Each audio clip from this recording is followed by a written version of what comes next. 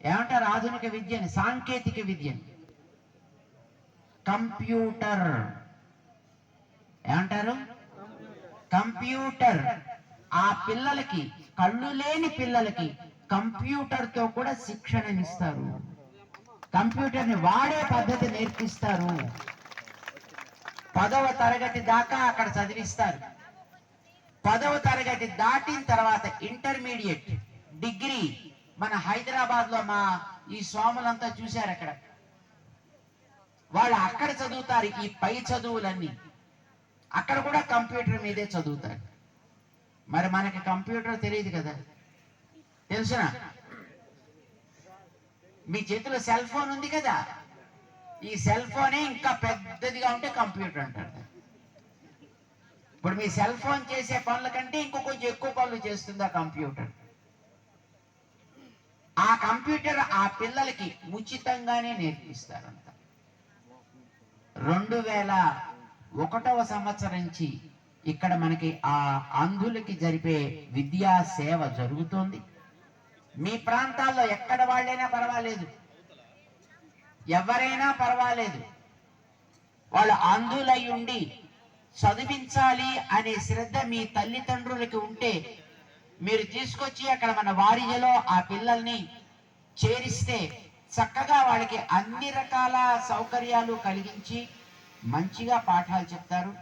మీకు ఇంకో రహస్యం కూడా చెప్తా, అక్కడ చదువుకునే పిల్లలు కేవలం చదువులు మాత్రమే కాదు, ఆటలు కూడా ఆడతారు.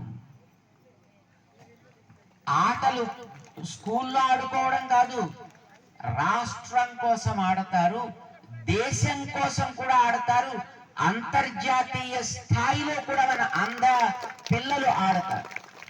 మగవాళ్లే కాదు, అంధులైనటువంటి బాలికలు కూడా ఆడతారు. యూరోప్ దేశాల్లో లండన్, ఇంగ్లాండ్ అని ఒక ఊరుంది, ఇంగ్లాండ్. ఆ ఇంగ్లాండ్ లో T20 బాలికల కోసమని క్రికెట్ కాంపిటీషన్. క్రికెట్ విన్నారు ఎప్పుడైనా మీరు? క్రికెట్ ఎంతమంది తెలుసు? క్రికెట్ అంటే అబ్బో, ఇది మాత్రం అందరికీ తెలుసు. ఈ క్రికెట్ ఆడపిల్లల కోసం, అందులోనూ అంధుల కోసం జరుగుతుంది. దేశంలో విదేశాల్లో ఉండేటటువంటి అలా చదువుకున్న పిల్లలంతా వస్తారు అక్కడికి. అలా కాంపిటీషన్స్ జరిగే వాళ్ళందరికీ ఆ జరిగిన దాంట్లో మన దగ్గర చదువుకున్నటువంటి పిల్లలు కూడా వెళ్ళారు. వెళ్ళడమే కాదు, వాళ్ళు అక్కడికి వెళ్ళి ఆ ఇంగ్లాండ్నే ఓడించి, ఆస్ట్రేలియాని ఓడించి, పాకిస్తాన్ని ఓడించి మన భారతదేశానికి T20 కప్ తీసుకొచ్చారు.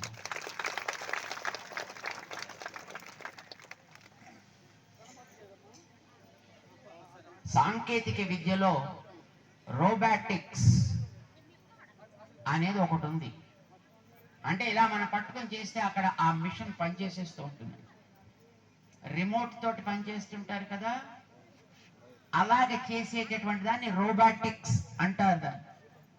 అలాంటి రోబాటిక్స్ లో మన పిల్లలు నేర్చుకుని ప్రపంచంలో 135 దేశాల నుంచి సుమారు 35,000 మంది పిల్లలు వస్తారు.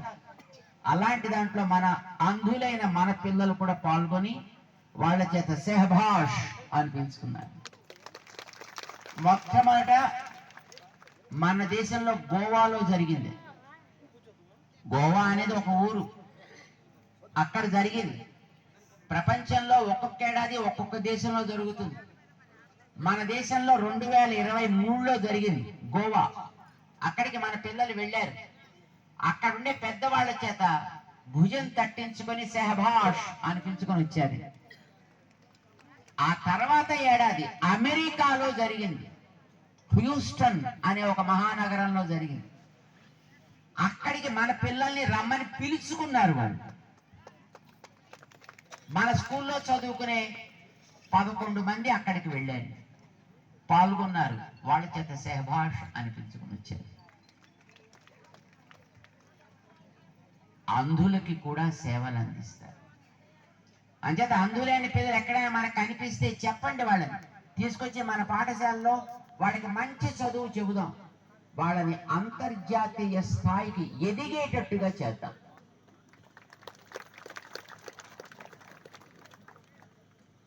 వికాస తరంగిణి మీకోసం ఈ సేవల్ని చక్కగా అందించాలి, ఇంకా బాగా చెయ్యాలి అని కోరుకుంటోంది. అలానే ఇప్పుడు సుమారుగా మీ దగ్గర నుంచి 100 మంది యువకులు అక్కడికి వచ్చి చక్కగా అర్చన నేర్చుకుని మంచిగా తయారవుతున్నారు. ఇంకా ఎంతో మందికి నేర్పాలనే కోరిక మాకుంది. దాన్ని మీరు చక్కగా అందుకుని మీ ప్రాంతానికి, ఈ మన్యం ప్రాంతానికి, ఈ అడవి మాత మనకిచ్చే ఉపకారానికి ముద్దు బిడ్డలుగా మీరందరూ కూడా ఇవి చక్కగా నేర్చుకుని మంచిగా ఆ తల్లి మనస్సు సంతోషపడేటట్టు చేస్తారని మేము ఆశిస్తున్నాం.